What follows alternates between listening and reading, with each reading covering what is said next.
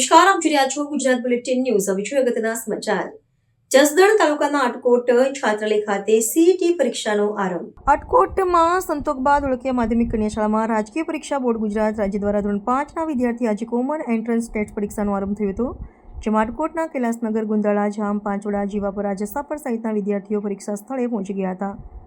જેમાં મૂકવા આવ્યા હતા. આ છાત્રાલયમાં 7 બ્લોક ફાળવવામાં આવ્યા હતા, જેમાં 186 વિદ્યાર્થી પરીક્ષા આપી રહ્યા છે.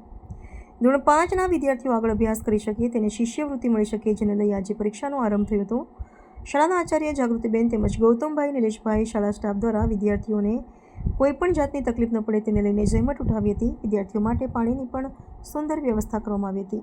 રોજ અમારી શાળા માતૃશ્રી સંતોકબા ધોળકિયા માધ્યમિક કન્યા શાળા આટકોટમાં રાજ્ય પરીક્ષા બોર્ડ ગુજરાત રાજ્ય ગાંધીનગર દ્વારા કોમન એન્ટ્રન્સ ટેસ્ટ માટે 7 બ્લોક અને 186 વિદ્યાર્થીઓ ફાળવેલા છે.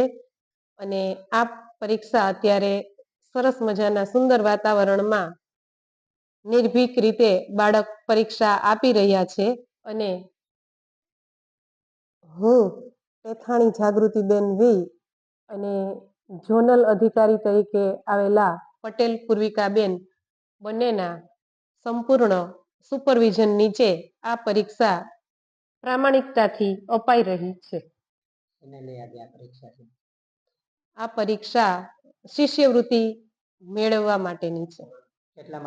ધોરણ 5ના વિદ્યાર્થીઓ આગળ અભ્યાસ કરી શકે એ માટે બાળકને શિષ્યવૃત્તિ મળી રહે તે માટેની આ પરીક્ષા છે.